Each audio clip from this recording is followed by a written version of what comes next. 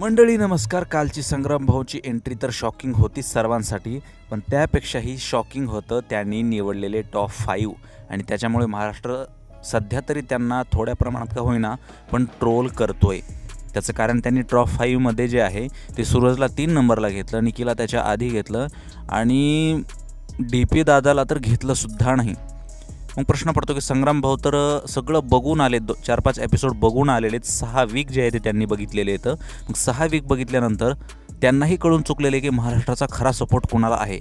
निकीला बिलकुल सपोर्ट नाही आहे, तरीही त्यांनी निकीला आधी ठेवलं आणि अरबाजला तर बिलकुलच सपोर्ट नाही आहे. त्याचं कारण मागच्या वोटिंग लिस्टमध्ये घनश्याम जे आहे ते घनश्यामपेक्षा अरबाजला कमी वोट होते. सर्वात खाली अरबाज होता, त्याच्यानंतर निक्की होती, मग जे आहे ते घनश्याम होता.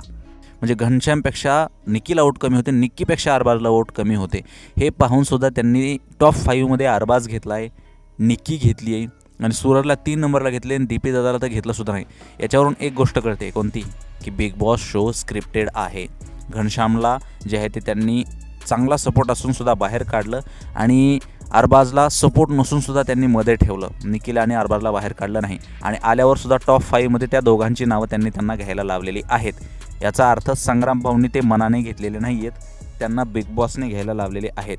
बाकी मध्ये गेल्यानंतर आता खरा बघायसारखी गोष्ट आहे की ते सूरजला सपोर्ट करतील का नाही. कारण ऑब्व्हियसली अख्ख्या महाराष्ट्राच्या मनामध्ये आहे की सूरजने ट्रॉफी आणावी आणि हे त्यांना बाहेर राहिल्यामुळे वाईल्ड कार्डने उशिरा एंट्री घेतल्यामुळे सगळं माहीत आहे.